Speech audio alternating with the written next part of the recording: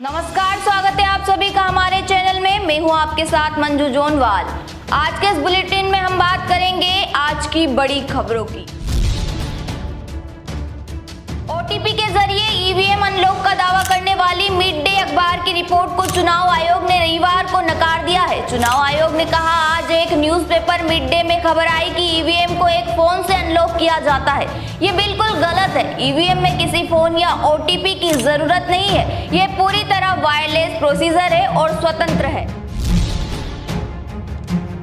हाल ही में आए लोकसभा चुनाव के नतीजों के बाद देश में एनडीए की सरकार बन गई है। प्रधानमंत्री नरेंद्र मोदी के साथ 71 सांसदों ने मंत्री पद की शपथ ली। मंत्रियों की शपथ ग्रहण के ठीक एक हफ्ते बाद मंडला सीट से लोकसभा सांसद फग्गन सिंह कुलस्ते का एक बयान वायरल हो रहा है। वीडियो में कुलस्ते कह रहे हैं कि राज्य मंत्री का पद लेने से उन्होंने मना कर दिया क्योंकि वो कैबिनेट मंत्री बनना चाहते हैं।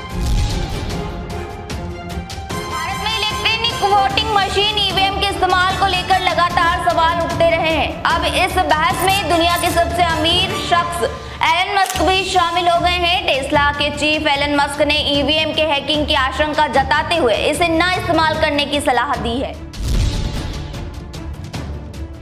शिक्षा मंत्री धर्मेंद्र प्रधान ने भी माना है कि नीट में कुछ स्थानों से विसंगतियां सामने आई है। केंद्रीय मंत्री ने कहा कि इस गड़बड़ी में जो भी दोषी पाए जाएंगे, फिर चाहे वह नेशनल टेस्टिंग एजेंसी एनटीए भी हो, उसको भी बख्शा नहीं जाएगा। सरकार विसंगतियों के सुधार का कार्य कर रही है। संसदीय कार्य मंत्री किरेन रिजिजू ने रविवार को नई लोकसभा सेशन से पहले कांग्रेस अध्यक्ष मल्लिकार्जुन खड़गे से मुलाकात की। किरेन रिजिजू ने खड़गे से यह मुलाकात उनके सरकारी निवास स्थान 10 राजाजी मार्ग पर की।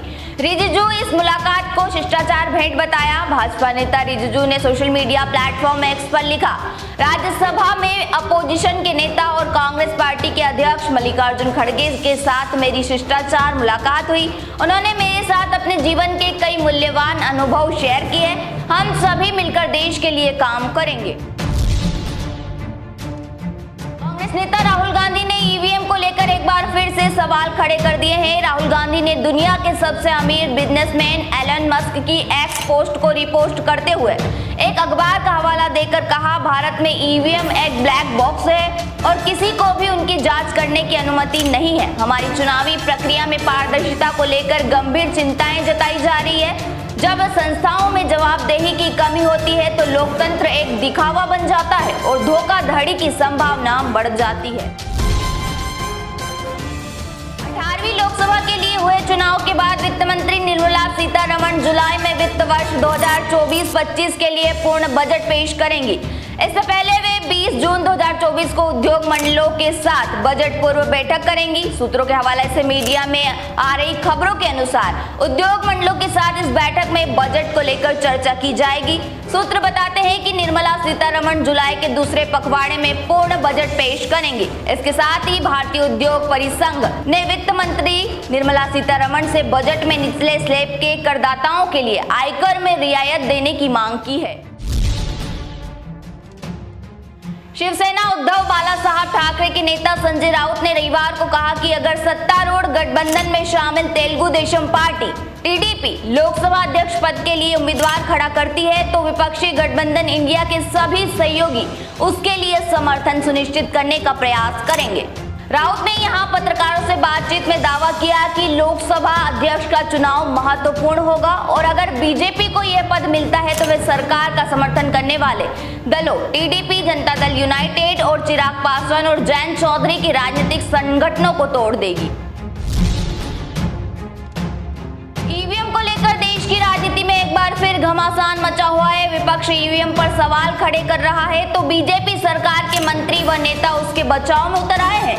महाराष्ट्र के मुख्यमंत्री भी इसी सिलसिले में विपक्ष पर हमलावर हुए। उन्होंने राहुल गांधी व राज्य में विपक्षी गठबंधन महाविकास अघाड़ी पर पलटवार किया। सीएम शिंदे ने कहा कि महाविकास अघाड़ी के लोग जहां से जीते हैं उन्हें इस्तीफा देकर फिर से चुनाव लड़ना चाहिए।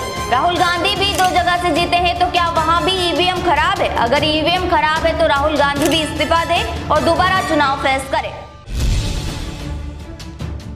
कानपुर एक पार्टी कार्यक्रम में में पहुंचे उत्तर प्रदेश कांग्रेस अध्यक्ष अजय राय ने बीजेपी पर जमकर तंज कसा। उन्होंने कहा कि बीजेपी की सरकार लंगड़ी है और बहुत दिन ये सरकार नहीं चलेगी। इस सरकार में महंगाई चरम पर है, दाल महंगी, आटा गायब, गेहूं का स्टॉक खत्म, ये इस सरकार में चल रहा है। वहीं कांग्रेस नेता अजय राय ने कहा कि जिस तरह से आरएसएस के मोहन भागवत और इंद्रेश कुमार के बयान सामने आ रहे हैं और उनके बयानों को सुनिए, देखिए, इससे अंदाजा लगाया जा सकता है कि अब बीजेपी और आरएसएस में अंतर कलह शुरू हो गई है।